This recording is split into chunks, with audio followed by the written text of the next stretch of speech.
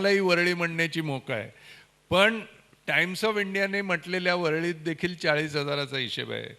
तर त्या हिशेबानं आपल्या इथे फायदा दाखवलेला आहे 351 कोटी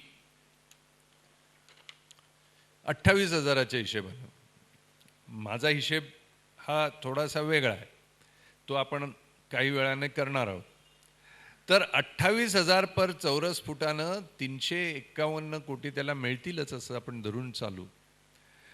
आपले किती मेंबर आहेत या तुमच्या श्रमिक 504. आता 504 जणांना जर 385 कोटी हे बिल्डरला न जाताना आपल्याला मिळाले, तर 385 कोटी भागिले 504 म्हणजे किती होतात ते बघा. म्हणजे प्रत्येकाच्या वाट्याचे 65 लाख ते 70 लाख बिल्डर लुटून घेऊन जाणार आणि आपण म्हणणार वा वा वा चांगलं काम करताय, मला फुकट घर देताय, त्यामुळे तुम्ही घेऊन जा. म्हणजे मी तुमच्याकडे म्हणायचं की तुमच्या खिशात आत्ता 500 रुपये आहेत का? तुम्ही म्हणणार हो आहेत. मग ते मला द्या. मी ते घ्यायचे आणि तुम्हाला अर्धा कप चहा द्यायचा आणि म्हणायचा घ्या फुकट चहा आहे. अरे माझे 500 रुपये तू लुटून घेऊन गेलास त्याचं काय? त्यामुळे अशी ही योजना आहे. आपल्याकडून प्रत्येकाचे 70 लाख रुपये कोणीतरी लुटून घेऊन जाणार आणि आपल्याला अर्धा कप चहा देणार. तर याचा अहवाल आपली एंटायटलमेंट किती आहे इथपासूनच सुरुवात करणं आवश्यक आहे. आपल्या जमिनीचं क्षेत्रफळ किती आहे हे या अहवालामध्ये जे लिहिलेले आहे त्याच्याप्रमाणेच आपण घेऊ. कोण लिहिणार आहे?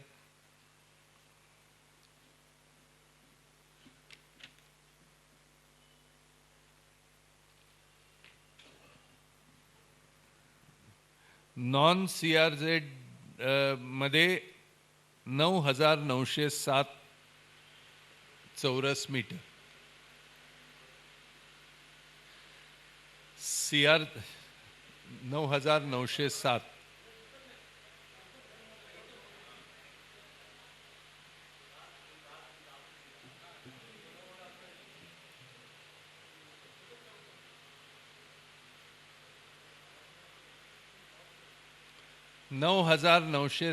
चौरस मीटर. CRZ अंतर्गत भूखंड 2,046 चौरस मीटर. हे मी इथे दिलेले आकडेच देतोय, मी काय वेगळे आकडे देत नाही. वेगळे आकडे देण्याची वेळ येईल त्यावेळेला वेगळे आकडेही देऊ. सध्या इथल्या आकड्यावरूनच आपण जाऊ. एकूण भूखंड 11,954 चौरस मीटर. आता जिथे 9,007 लिहिले आहेत त्याच्यासमोर गुणिले 3 करा. 9,907 आहे गुणिले 3, कारण 3 FS आहे. आणि 2,046 लिहिले आहे त्याच्यासमोर गुणिले 1.596.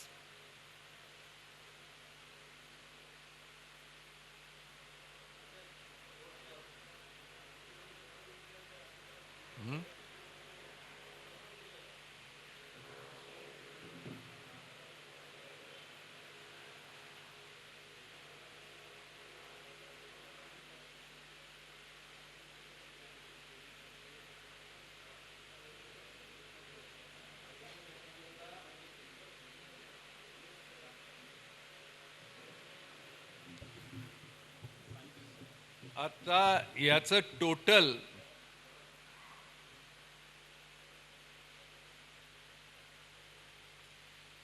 नॉन CRZ भूखंडावरील बांधकाम 29,723 चौरस मीटर. खाली NCRZ.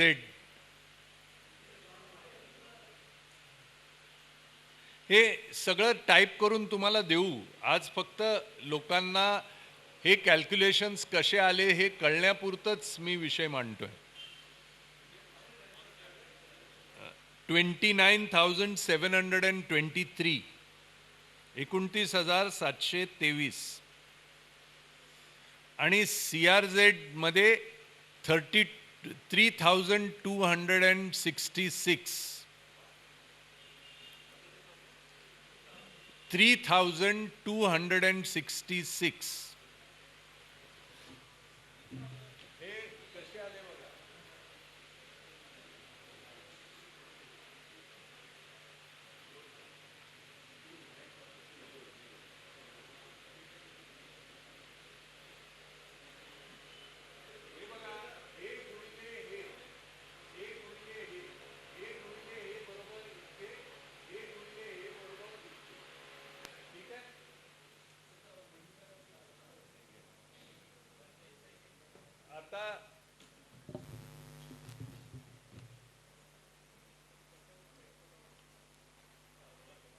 आता त्या दोघांचं ऍड करा, टोटल करा 32,989.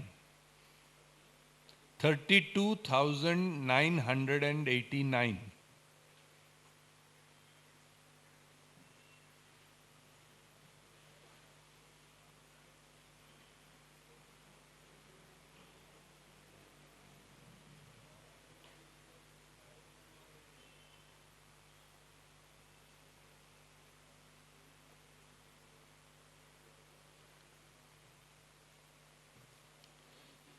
त्यानंतर प्रो रेटा मिळून टोटल बांधकाम आपल्याला मिळणार आहे 48,109. हे मी या कॅल्क्युलेशन प्रमाणेच जातोय, मी यातलं काही वेगळं नाही देत. 48,109.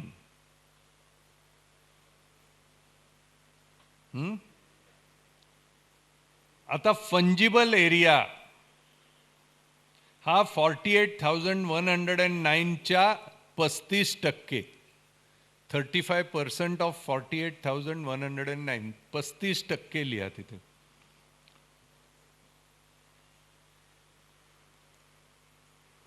म्हणजेच 16,838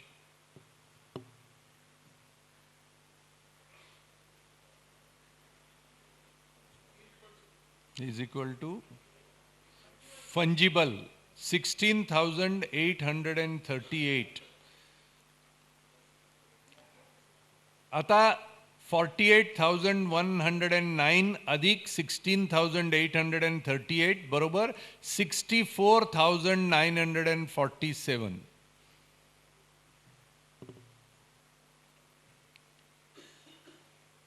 हा फंजिबल सह तुम्हाला मिळणारा बांधकाम एरिया. आता खरं म्हणजे हा इतका एरिया टोटल मिळतोय, हा एरिया 504 मध्ये वाटून घेतला पाहिजे ढोबळ मनाने. कॅल्क्युलेशनमध्ये करा. 64,947 डिवायडेड बाय टोटल आपले लोक किती 504 ना. हां, डिवाइड करा.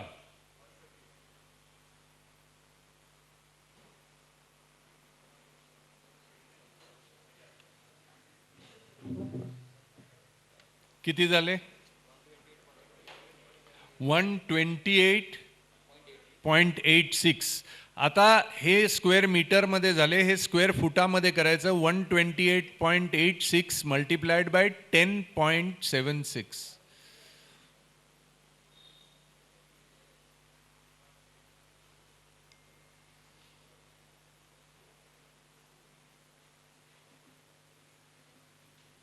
किती झाले?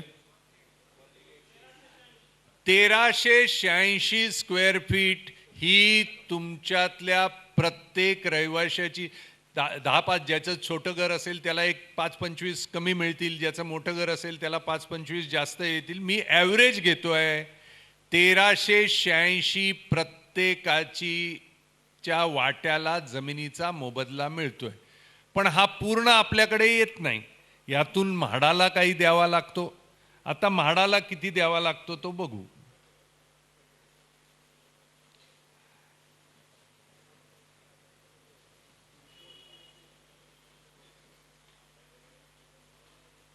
(33.5) नुसार म्हाडाच्या वाट्याला येणारा भाग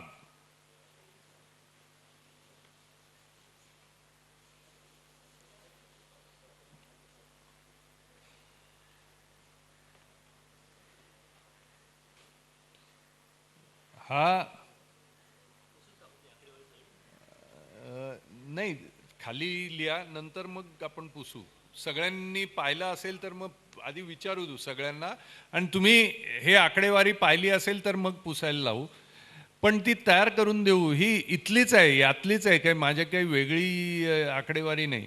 म्हाडाच्या वाट्याला येणारा भाग फंजी 3538 चौरस मीटर, 3538.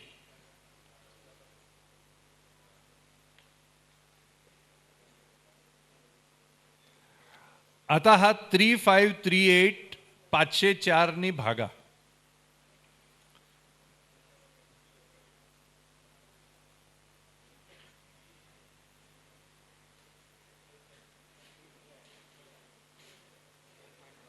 .1 स्क्वेअर मीटर प्रत्येकाच्या वाट्याचे म्हाडाला देणं भाग आहे.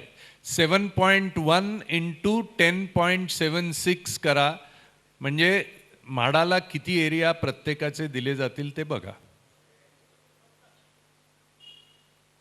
हे इथल्या कॅल्क्युलेशन प्रमाणेच मी बोलतोय, याच्यापेक्षा वेगळं काही करत नाही मी. आपलं वेगळं कॅल्क्युलेशन करत नाही.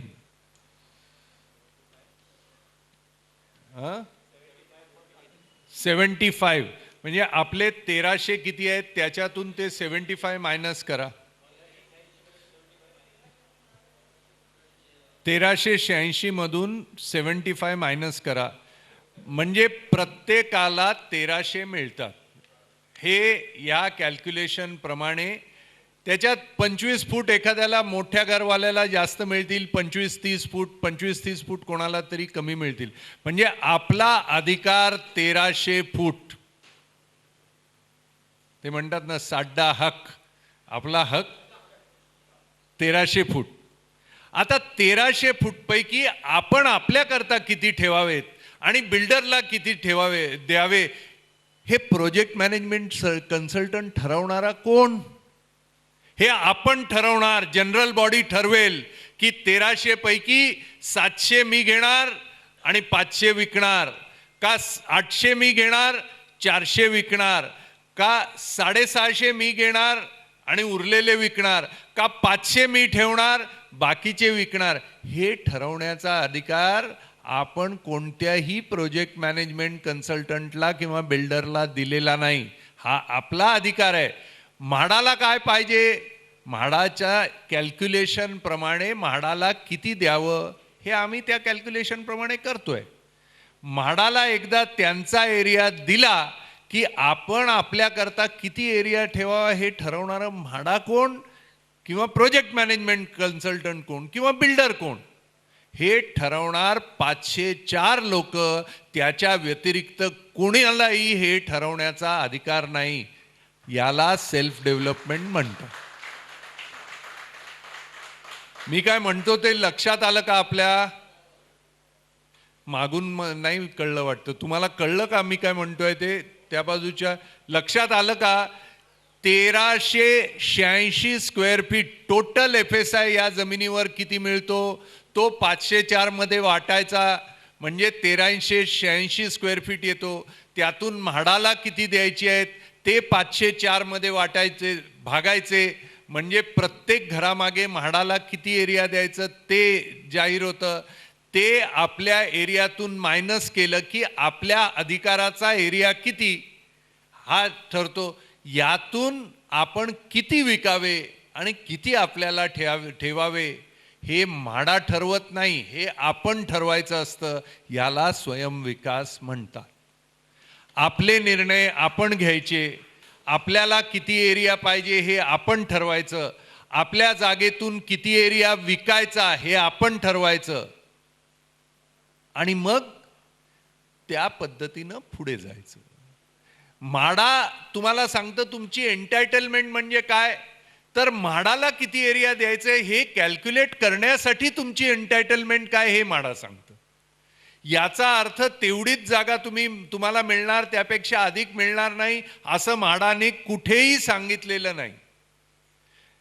तुम्हाला म्हाडाला किती जागा द्यायची याचं कॅल्क्युलेशन तुम्ही जे करताय ते अशा पद्धतीनं करायचं, त्याला तुमची एंटायटलमेंट अशी वर्कआउट करायची, हे दिलेलं आहे. आता या 1300 पैकी किती एरिया तुम्ही स्वतःकडे ठेवणार आणि किती एरिया तुम्ही विकणार? तुम्ही विचाराल की हे कशा पद्धतीनं करायचं? तर प्लॅन कोण तयार करणार? बिल्डरकडे प्लॅन तयार करतो तो आर्किटेक्ट.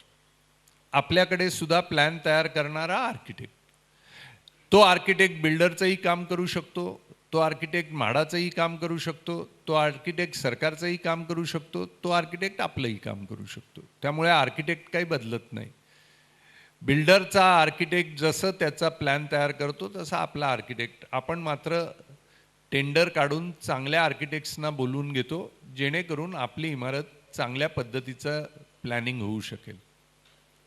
बांधकाम कोण करणार? बिल्डरचं बांधकाम करणारे त्याचे ठेकेदार. आपल्या स्वयंविकासात बांधकाम करणारे कोण? तर आपण नेमू ते ठेकेदार. म्हणजे लार्सन अँड टुब्रो आणू शकतो आपण, गॅमन इंडिया आणू शकतो, सॅमसंग आणू शकतो. जे मोठ्यातले मोठे कॉन्ट्रॅक्टर आहेत ते आपण आणू शकतो, पण ते आपले मालक नाही, ते आपले बिल्डर नाही. आपण जागेचे मालक, ते आपले नोकर. आपण त्यांना आपलं बांधकाम करण्याची संधी देतो, त्यांनी आपल्याला उत्तमात उत्तम बांधकाम करावं, त्याचे त्यांना पेमेंट करायचं. त्यामुळे ते आपल्या सांगितल्याप्रमाणे ते काम करणार, हे कॉन्ट्रॅक्टर.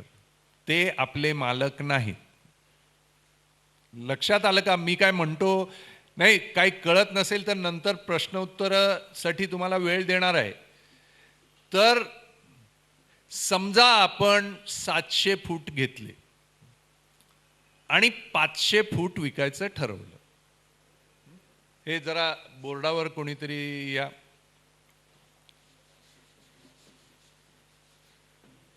समजा आपण 1300 पैकी 1385 पैकी 1385 पैकी 700 फूट आपल्याकडे ठेवणार, 500 फूट विकणार. नाही, 1385. नाही, म्हाडाचे बांधकाम तर आपल्याला करायला लागेल ना म्हाडाला. त्यामुळे बांधकामाचा खर्च वर्कआउट करताना 1385च घ्या. 1385 पैकी म्हाडाला किती? 78, 76. हे या कॅल्क्युलेशन प्रमाणे आहे, मी काय वेगळं कॅल्क्युलेशन केलेलं नाही. आणि म्हाडाला 76, आपल्याला 700 आणि विक्रीचे 500.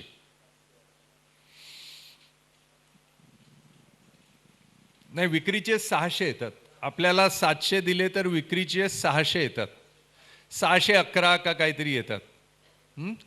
आता 1385 गुणिले 3000 कन्स्ट्रक्शनची कॉस्ट.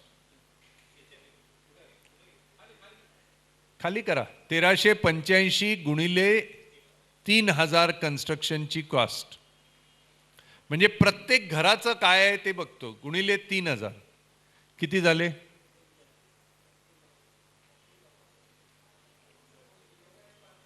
हा,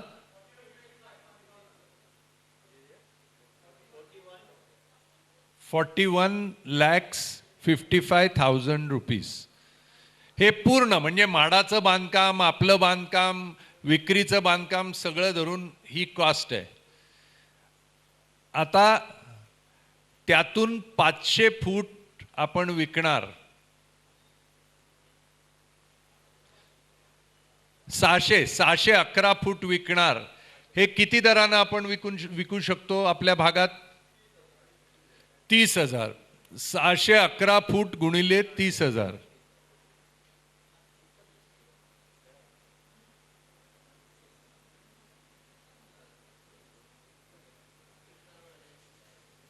गुणिले 30,000.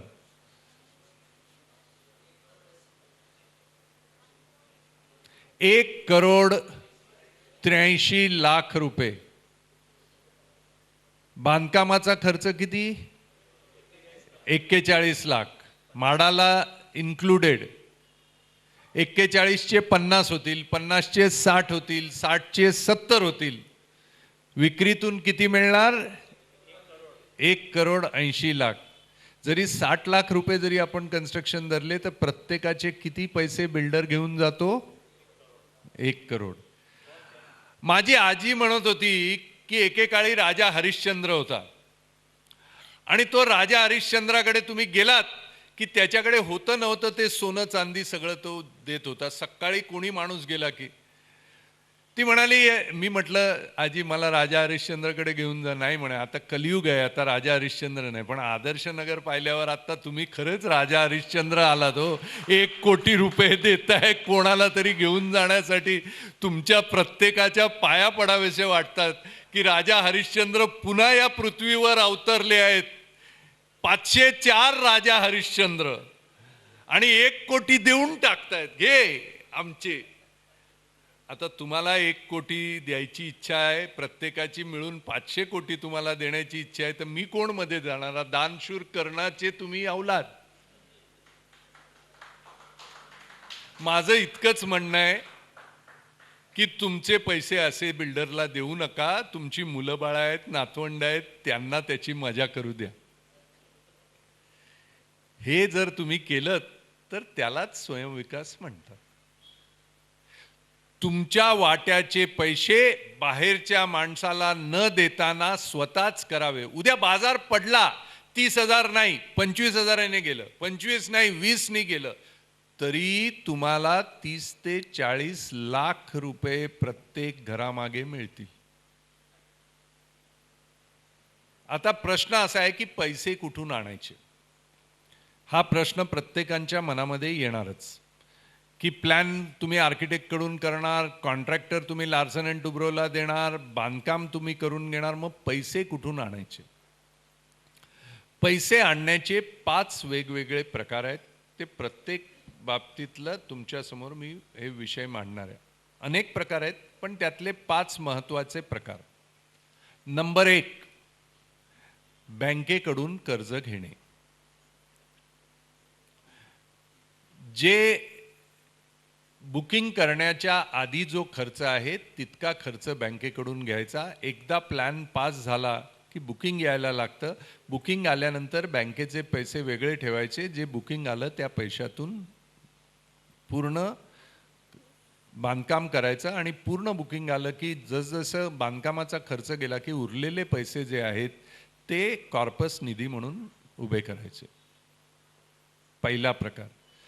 दुसरा प्रकार, आपल्याकडे जी सरप्लस एरिया आहे ती सरप्लस एरिया बुकिंग करण्यासाठी ॲडव्हान्समध्ये आपण टेंडर मागवायचे की आमच्याकडे इथे जर इतका एरिया आमचा विक्रीला होणार आहे तर तो विक्रीला आम्ही देण्याचा एरिया 800 फुटाचे 100 फ्लॅट होतील, 200 होतील, जे काय होतील ते विकत घेणारे कोण असतील यांनी आमच्याकडे अर्ज करावे. म्हाडाकडे आता 3000 फ्लॅट्स आहेत. म्हाडा अर्ज मागवतं, लोकांचे इंटरव्ह्यू घेते, त्यांच्यापैकी सिलेक्ट करते, त्यांना तुम्ही देऊ शकता. हा दुसरा प्रकार.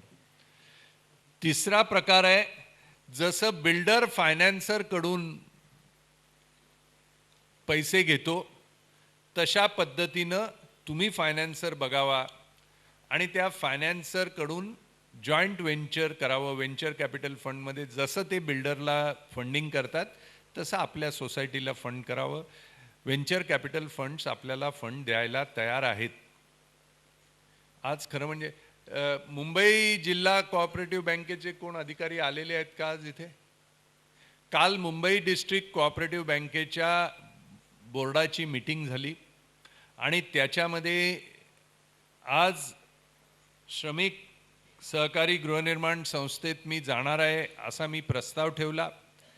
त्यांच्या बोर्ड ऑफ डायरेक्टर्सनी त्यांच्या जनरल मॅनेजरला आजच्या मीटिंगमध्ये हजर राहा किंवा अधिकारी पाठवा असे निर्देश दिले होते. ते इथे काय आलेले दिसत नाहीत, पण त्यांच्या वतीनं मी तुम्हाला सांगू शकतो, त्यांच्या बोर्डाच्या वतीनं, की त्यांनी सांगितलेलं आहे की श्रमिक सहकारी गृहनिर्माण संस्थेला जर स्वयंपुनर्विकासाकरता कोणत्याही बिल्डरची मदत न घेताना जर पैसे पाहिजे असतील तर जितके पैशाची आवश्यकता आहे ते सर्व पैसे मुंबई डिस्ट्रिक्ट कोऑपरेटिव्ह बँक तुम्हाला द्यायला तयार आहे. पण तुम्ही मुंबई जिल्हा मध्यवर्ती सहकारी बँकेकडून घ्यावं असं माझं मत नाही, पण पैसे ते द्यायला तयार आहेत.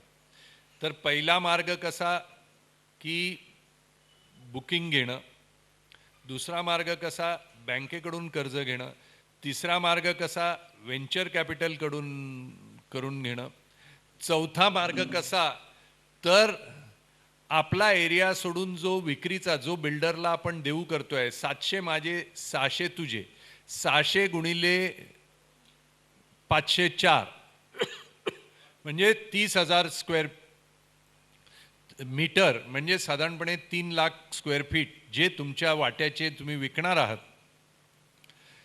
ते ॲडव्हर्टाईज द्यायची आणि कोणीही येऊ द्या, मग टाटा हाऊसिंग येऊ द्या, मग गोडरेज येऊ द्या, मग लार्सन अँड टुब्रो येऊ द्या, त्यांच्यामध्ये टेंडर्स काढायची. ज्याच्या टेंडरचं जास्तीत जास्त झालं त्याला आपण ह्या बांधकामाचा सरप्लस एरिया द्यायचा. हा चौथा भाग झाला. आणि पाचवा कोणता तर आपल्या जागेवरची आपल्या रहिवाशांच्या व्यतिरिक्त जी जागा आहे, मग ती 3 लाख असो 4 लाख असो 5 लाख असो, ती एखाद्या हॉस्पिटल, स्कूल, कॉलेज, MBA इन्स्टिट्यूशनला द्यायची, कारण त्यांना 5 FSI मिळतो. आपण 3 FSI वर बोलतो आहोत आणि तो 5 FSI फ्री मिळतो. असं कुठे झालंय का? हो झालंय. जुहूमध्ये मिठीबाई कॉलेज, NM कॉलेज